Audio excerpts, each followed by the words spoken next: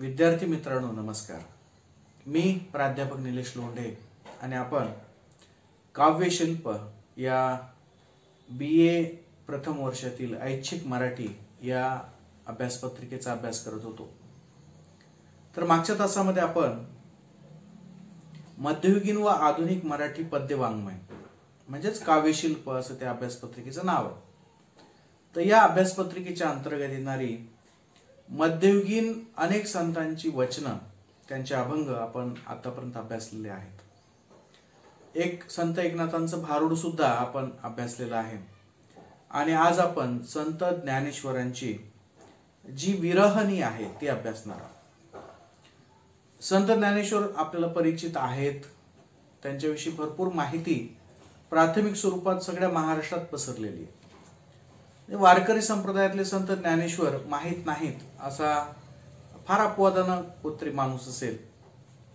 सामान्यतः ज्ञानेश्वरांनी जी ज्ञानेश्वरी लिहिली म्हणजे जी भावार्थ दीपिका जो नावाचा ग्रंथ लिहिला आणि वारकरी संप्रदायामध्ये ज्ञानेश्वरांचा जो अभंग हरिपाठ जो म्हटला जातो दररोज संध्याकाळी वारकरी संप्रदायातील लोक म्हणतात तो सगळ्या परिचयाचा आहे. आणि म्हणून ज्ञानेश्वरांचं चरित्र सुद्धा आपल्याला मोठ्या प्रमाणावर त्याची प्रारंभिक माहिती आपल्याकडे आहे. जर ती नसेल तर मी तुम्हाला ते सांगतोय आता की वारकरी संप्रदायामधले जे संत ज्ञानेश्वर आहेत त्यांचा जो जन्म आहे तो इसवी सन 1275 मध्ये झाला. इसवी सन 1275 आणि त्यांचा मृत्यू म्हणजेच त्यांनी समाधी घेतली असं मानलं जातं तर ती 1296 मध्ये घेतलेली आहे. म्हणजे संत ज्ञानेश्वरांचा जो कालावधी आहे तो 1275 इसवी सन 1275 ते इसवी सन 1296 या दरम्यानचा आहे. म्हणजे 75 ते 96. आपण जर यांचा कालावधी जर शोध घेतला तर 75 ते 85, 85 ते 95 आणि वरचं 1 वर्ष म्हणजे केवळ 21 वर्षाचं आयुष्य यांना लाभलेलं आहे. आणि यांनी ज्ञानेश्वरी म्हणजे भावार्थ दीपिका, अमृतानुभव, चांगदेव पासष्टी आणि अनेक अभंग लिहिले, अनेक विरहणी लिहिल्या, अनेक गवळणी लिहिल्या. आणि इतक्या कमी वयामध्ये एक माणूस एवढं चांगलं लिहू शकतो का हा विचार जेव्हा लोकांनी केला तेव्हा त्यांच्या लक्षात आलं की लिहू शकणार नाही. आणि म्हणून यांनी सांगितलं की ज्ञानेश्वर 1 नाही 2, 3 असावे. जुन्या काळी प्रथा असायची गुरुच्या नावानंच शिष्य ओळखला जायचा, गुरुचंच नाव वापरून शिष्य लिहायचा. तर अशा पद्धतीने कदाचित ज्ञानेश्वर 2-4 असतील असं एक मत लोकांनी मांडलं होतं. मग हरिपाठ आणि अभंग लिहिणारे वारकरी ज्ञानेश्वर वेगळे असावेत. अमृतानुभव, चांगदेव पासष्टी आणि दुसरे जे वेगळे भाष्यपर जे ग्रंथ आहेत ते लिहिणारे ज्ञानेश्वर वेगळे असावेत. ज्ञानेश्वरी लिहिणारे भागवतकार ज्ञानेश्वर वेगळे असावेत असं सुद्धा अभ्यासकांनी आपापल्या पद्धतीने मांडलेलं आहे. परंतु त्याचा आपल्याला इथं काही संदर्भ घेता येत नाही कारण की तसं मत मान्य नाही. तर ज्ञानेश्वरांच्या नावावर जे ज्ञानेश्वरी आहे, भावार्थ दीपिका, अमृतानुभव, चांगदेव पासष्टी आणि अनेक अभंग त्यांच्या नावावर आहेत. तर अशा या संत ज्ञानेश्वरांनी विरहणी किंवा वीराणी असा एक काव्य प्रकार हाताळलेला आहे. म्हणजे वीराणी म्हणजे काय तर एखादा जो परमेश्वर आहे त्या परमेश्वराला प्रियकर समजायचं. म्हणजे कृष्ण आणि राधा असं जे रूपक असतं, राधा कोण असते भक्त असतो आणि कृष्ण कोण असतो परमेश्वर असतो.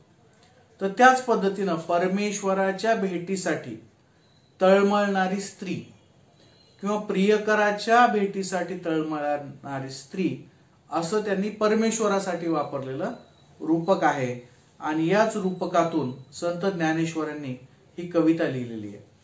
या कवितेतल्या काही ओळी अतिशय प्रसिद्ध आहेत. आपण जेव्हा पाहू तर याला आपण काय म्हणूयात वीराणी असं म्हणू. वीराणी म्हणजे परमेश्वराला आपला पती समजणं, परमेश्वराला आपला प्रियकर समजणं या पद्धतीतून. म्हणजे आत्मा आणि परमात्मा यांचा जो मिलन आहे तो प्रियकर आणि प्रियसी यांच्या मिलनाप्रमाणे ते सांगितलं जातं.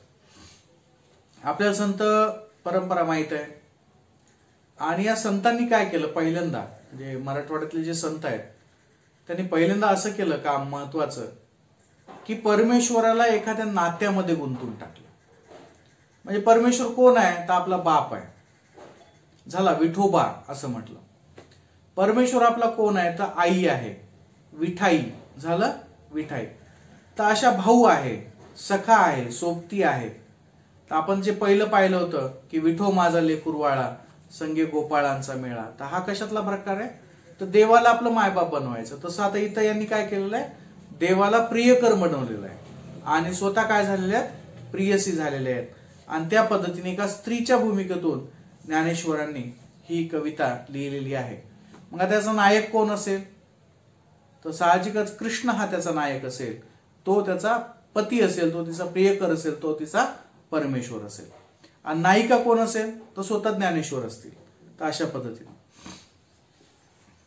तर याच्यामध्ये जी कडवं आहे ते आपण पाहूयात. घनु वाजे गुणगुणा वारा वाहे ऋणजुना. घनु वाजे, घनु म्हणजे घन, घन म्हणजे ढग. ढग कसा वाजतो?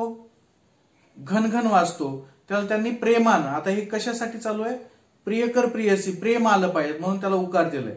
घनु वाजे गुणगुणा वारा वाहे ऋणजुना. वारा कसा वाहतो? रुंजून पद्धतीने वाहतो. भवतारकू हा कान्हा वेगी भेटवा का. भवतारकू म्हणजे, भव म्हणजे आपला संसार, पाप पुण्य हे जे संसार आहे याच्यातून त्याला निघून जायचं म्हणजे भवतारक. भव म्हणजे हे जे भवन आहे किंवा हे जे जग आहे याला त्यांनी भव म्हटलेलं आहे. जन्म आणि मृत्यू हा जो फेरा चालतो याच्यातून बाहेर नेणारा कोण आहे? कान्हा आहे. आणि म्हणून म्हटलेलं त्याला भवतारकू हा कान्हा वेगी भेटवा का. वेगी म्हणजे लवकर, लवकर भेटवा. का भेटत नाही? कशामुळं? एवढा मस्त घन वाजतोय, म्हणजे मस्त आभाळ आलेलं आहे, घन वाजतोय, वारा पण वाहतोय, एवढं सुंदर वातावरण आहे. आणि अशा वेळेस कोण यायला पाहिजे? कृष्ण यायला पाहिजे. कृष्ण काय यायला पाहिजे? कारण की कृष्णालाच मोर समजलं जातं. आणि मोर कधी येतो? जेव्हा ढग असतात, जेव्हा वारा वाहतो, जेव्हा ढगांचं काळी काळी छाया असते तेव्हा मोर तिथे येतो. आणि कृष्णाच्या डोक्यावर काय? मोर आहे. तर म्हणून कृष्ण यायला पाहिजे. एवढा सुंदर निसर्ग आहे, या वेळेला तो यायलाच पाहिजे. कारण तो कृष्ण आणि मोर, जो मोर पक्षी आहे हा अभेद्य मानला जातो. मग तो तिथं यायला पाहिजे. तो का येत नाहीये? का भेट होत नाही? असं त्या संत ज्ञानेश्वर त्यांना विचारतात. चांदू ओ चांदणे, चांपे ओ चंदने. चांदू ओ चांदणे म्हणजे, चांदू म्हणजे चंद्र आहे. जिथं चंद्र आहे तिथं चांदणं आहे. चांदणं म्हणजे त्याचा प्रकाश आहे. चांदू ओ चांदणे चापे ओ चंदने म्हणजे, चापे म्हणजे चाफ्याचं फुल जिथं आहे तिथं चंदनासारखा सुगंध आहे. म्हणजे दोघांचा इथं जोड लावलेली आहे. जिथं चंद्र आहे तिथं चांदणं आहे, जिथं चाफ्याचं फुल आहे तिथं चंदनासारखा सुगंध आहे. देवकी नंदने विन नावडेव. देवकी नंदने, विन म्हणजे त्याच्याशिवाय, नावडेव म्हणजे जसं चांदण्याशिवाय चंद्र काही कामाचं नाही. जसं जर त्याचा प्रकाशच पडला नाही, नुसता चंद्र दिसायला, त्याचा प्रकाशच नाही, तो काही कामाचा आहे का? काहीच कामाचं नाही. चापेओ चंदने म्हणजे सुगंधच नाही तर चंदन काही कामाचं आहे का? किंवा चाफा हे फुल काय कामाचं आहे का? जर त्याला सुगंधच नसेल तर काही कामाचं नाही. तसंच देवकी नंदने विन नावडेव. आणि जिथं देवकी नंदन नाही, जिथं कृष्ण नाही, ती गोष्ट मला आवडत नाही. कोण म्हणतं हे? ज्ञानेश्वर म्हणतात की जर तिथं देवच नसेल, परमेश्वरच नसेल तर मला ते आवडत नाही. पहिले जे होते ते त्यांनी दाखले दिले होते की चांदण्याशिवाय चंद्र कामाचं नाही, सुगंधाशिवाय चंदन किंवा चाफा कामाचं नाही. आता पुढे म्हणतायत, चंदनाची चोळी माझे सर्व अंग पोळी कान्हू वनमाळी वेगी भेटवा का. चंदनाची चोळी म्हणजे चंदन कशासाठी असतं? शीतलतेसाठी. आता हे कोण झाले? स्त्री झालेले. म्हणजे चंदनाची चोळी जरी घातली, चंदनाचे कपडे जरी घातले तरी अंगामधली जी विरहाची जी ताप आहे, जो अंग अंग पोळणार आहे, तो काही कमी होत नाहीये. म्हणजे मला आणखी सुद्धा त्रास होतो, मी काही शांत होत नाहीये. कान्हो वनमाळी वेगी भेटवा का. कान्हो म्हणजे कृष्ण, वनमाळी म्हणजे जो शहरात राहतो का कृष्ण लहानपणी नाही, तो कुणाकडे जातो? जंगलात जातो. कशासाठी? गाई गुरे सांभाळण्यासाठी. म्हणून त्याला वनमाळी असं सुद्धा म्हटलेलं आहे. तर ते म्हणतात कान्हो वनमाळी वेगी भेटवा का. म्हणजे तुम्ही बाहेरून कितीही उपचार केले, चंदन जरी अंगाला लावलं तरीही मला त्याला जे भेटायचंय ती भेट होणं अतिशय आवश्यक आहे. मला शांतता लाभत नाही, मी अस्वस्थ आहे, माझ्या अंगाची लाही होत आहे. मला जर शांत करायचं असेल तर कोणाला भेटावं लागेल? कान्ह्याला म्हणजे कृष्णाला भेटवावं लागेल. सुमनाची सेज शीतळ ओनिकी, पोळे आगी सारखी वेगी विझवा का. सुमनाची सेज म्हणजे, सुमन म्हणजे फुल. सगळ्या अंथरुणावर फुलं तुम्ही टाकलात, त्या फुलावर जर तुम्ही हात ठेवला, पाय ठेवला, तुम्ही जर झोपले तर तुम्हाला एकदम सुगंध लागेल, थंड लागेल, एकदम शांत व्हाल तुम्ही. कधी? सुमनाच्या सेजेवर, म्हणजे तुमच्या सगळीकडे फुलं अंथरलेले आहेत. पण संत ज्ञानेश्वरांना ती सेज कशी वाटती, ते अंथरुण कसं वाटतं, ते फुलं कसं वाटतात? तर पोळे आगी सारखी वेगी विझवा का. मला काय होत आहे, त्याची सुद्धा आग लागते, मला ते सुद्धा पोळतायत. काय? ते सुगंधी असणारे फुलं. कशामुळं? कारण की माझा कृष्ण तिथं नाहीये. तुम्ही गातसा सुस्वरे ऐकोनी द्यावी उत्तरे. तुम्ही गातसा सुस्वरे ऐकोनी द्यावी उत्तरे, कोकिळे वर्जावे तुम्ही बाईयांनो. म्हणजे तुम्ही गातसा सुस्वरे ऐकोनी द्यावी उत्तरे, कोकिळे वर्जावे तुम्ही बाईयांनो. म्हणजे कितीतरी आर्जव केली, कितीतरी गाणी म्हटली. कोणाची? परमेश्वराची. कितीतरी गळ्यावर गाणी म्हटली, परंतु त्याचं उत्तर देत आहेत का ते? तर ते विनवणी करतायत की ऐकोनी द्यावी उत्तरे. जशी कोकिळा नावाची पक्षी असते, ती ओरडते, कुहू कुहू करते, खूप ओरडते, खूप ओरडते. पण दुसरा जो त्याचा कोकिळ असतो, कोकिळा ही तिचा जो भिन्नलिंगी असतो, त्याचा जो जोडीदार असतो, त्याचा आवाज फुटत नाही. तर अशाच पद्धतीने ते म्हणतात की मी कितीतरी आवाज दिले, कितीतरी आर्जव केली, कितीतरी गाणी म्हटली चांगली, परंतु त्याचं उत्तर दिलंय का परमेश्वरानं? दिलेलं नाही. आणि म्हणून म्हणतो तुम्ही बाह्यांनो. म्हणजे आता कसं होईल आपलं, जर आपल्याला परमेश्वरच भेटलं नाही? बाह्यांनो कशामुळं? कारण की ज्ञानेश्वरांनी इथं स्त्रीचं रूप घेतलेलं आहे. ज्ञानेश्वरी इथं स्त्रीच्या, प्रियसीच्या भूमिकेतून आहे. आता याचे वेगळे आध्यात्मिक अर्थ सुद्धा होतात, आपण ते टाळत आहोत. आपण याचा जो मोघम अर्थ होतो, जो थोडक्यात अर्थ होतो, तो इथं सांगण्याचा मी प्रयत्न करतोय. त्याच्यानंतरचं शेवटचं कडवं आहे, दर्पणी पाहता रूप न दिसे ओ आपुले. दर्पणी पाहता, दर्पणी म्हणजे आरशामध्ये. जेव्हा मी आरशामध्ये पाहतो किंवा पाहते, तेव्हा मला मी माझं दिसत नाही, माझं रूप मला दिसत नाही. दर्पणी पाहता रूप न दिसे ओ आपुले, बाप रखुमा देवी वरे मज ऐसे केले. मग कोणाचं रूप दिसत असेल? कोण दिसत असेल आरशामध्ये? तर साहजिकच कान्हा दिसत असेल, प्रश्न परमेश्वर दिसत असेल. आणि हे कोण केलं? बाप रखुमा देवी वरे मज ऐसे केले. म्हणजे शेवटी कोण आलं? बाप रखुमा देवी वरे. म्हणजे रखुमाईचा जो देव आहे, रखुमाईचा जो विठ्ठल आहे, रखुमाईचा जो पती आहे, विठ्ठल नावाचा देव, त्यानं मला असं केलं. तो सगळ्यांचा बाप आहे, आपल्या सगळ्यांचा. मग आता इथं मज ऐसे केले म्हणजे कुणी केलंय? तर परमेश्वरानं असं मला बनवलंय. परमेश्वरानं भक्तीचं एवढं माझ्या मनामध्ये टाकलंय की मी त्या परमेश्वराच्या प्राप्त केल्याशिवाय त्याला भेटू शकत नाही. तर अशा पद्धतीनं या ठिकाणी ही विराणी आहे. विराणी ही शक्यतो प्रियकर आणि प्रियसी यांच्या दोघांसाठी वापरली जाते. म्हणजे प्रियकर दुसऱ्या गावाला गेला, प्रियसी दुसऱ्या गावाला गेली आणि त्या दोघांची ताटातूट झाली, तर ती प्रियकर किंवा प्रियसी जे गाणं म्हणेल त्याला विराणी म्हणतात, त्याला विरहणी म्हणतात, विराणी असं मराठीमध्ये म्हणतात. तशाच पद्धतीने इथं काय झालेलं आहे? परमेश्वराची आणि भक्ताची ताटातूट झालेली आहे. परमेश्वर काही केले भेटत नाहीये.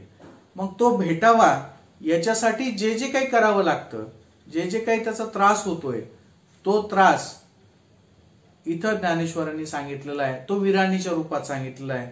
तो विरह इथं काव्यबद्ध केलेला आहे. आता याच्यातले शब्द जरी दैनंदिन अनुभवातले वाटत असले तरीही याला आध्यात्मिक अर्थ आहे. आध्यात्मिक अर्थ कसा आहे? तर संत ज्ञानेश्वर हे ज्या वारकरी परंपरेतले आहेत, त्या वारकरी परंपरेमध्ये अद्वैत तत्वज्ञान स्वीकारलं जातं. अद्वैत तत्वज्ञान म्हणजे परमेश्वरापासून सगळेजण तयार होतात. परमेश्वरातला एक अंश म्हणजे माणसाच्या मनामध्ये असतो. परमात्म्यापासून आत्मा बनतो. मग यांचं तत्वज्ञान अगदी साधं आहे की हा आत्मा पूर्वी कुठे होता, तर परमेश्वरामध्ये होता. आणि काय झालं, जन्म घेण्यासाठी तो तिथून इथं आला. म्हणजे आता हा परमेश्वराच्या जवळ आहे का दूर आहे, तर साहजिकच दूर आहे. मग दूर आहे तर मग तिथपर्यंत जायला पाहिजेत ना तो. मग दूर आहे तर याचं मुख्य ध्येय काय असतं की तिथपर्यंत जायचं. मग तिथपर्यंत जाण्यासाठी जे जे काही करावं लागतं, ही जी विरह वेदना आहे, परमेश्वरापासून आपण दूर असल्यामुळे जो आपल्याला त्रास होतो, जो आपल्याला वेगवेगळे विकार येतात, जे आपल्या वेगवेगळ्या शरीराचे विकार येतात, मनाचे विकार येतात, या कवितेमध्ये आलेले आहेत. शरीराचे विकार, मनाचे विकार, आत्म्याचे विकार, जीवाचे विकार, हे जे वेगवेगळे विकार असतात. आत्म्याला विकार नसतो. तर जीवाला जे तत्वज्ञानात्मक ज्या गोष्टी आहेत त्या सगळ्या कशामुळे घडतात की परमेश्वर इथं नसल्यामुळं. आणि म्हणून शेवटी काय म्हटलेलं आहे ज्ञानेश्वरांनी, बाप रखुमा देवी वरे मज ऐसे केले. मला असं कोण बनवलं, माझी परिस्थिती कशामुळे झाली, तर विठ्ठलामुळे झाली. कारण की त्यानं जर मला तिथून इथं जन्म दिला नसता तर मला काही फरक पडला नसता. जन्म दिला त्याच्यामुळे फरक पडला. तर अशा पद्धतीची मांडणी, अगदी दोन्ही पद्धतीचे अर्थ, एक आध्यात्मिक स्वरूपाचा अर्थ आणि दुसरा दैनंदिन जीवनातला अर्थ, अशा पद्धतीने ही कविता ही विरहनी यांनी वापरलेली आहे. तर याच्यामध्ये आपल्या लक्षात येईल की उकार जास्त वापरलेला आहे. म्हणजे घनु वाजे घुनगुना, ऋण झुना, तर हे जे आहेत आणि स्त्रीलिंगी भूमिकेतून मांडलेलं आहे. ज्ञानेश्वरी तर कोणाच्या भूमिकेतून आहेत, एका स्त्रीच्या भूमिकेतून आहेत, एका मुलीच्या भूमिकेतून आहेत. तर अशा पद्धतीने एक विरहनी यांनी इथं लिहिलेली आहे. तर मला वाटतं की मला एवढा आशय तुमच्यासाठी पुरे झाला, परिचयात्मक स्वरूपातला आशय एवढा या कवितेचा पुरे झाला. तर या कवितेवर जो प्रश्न आहे तो तुम्ही लिहून घ्या.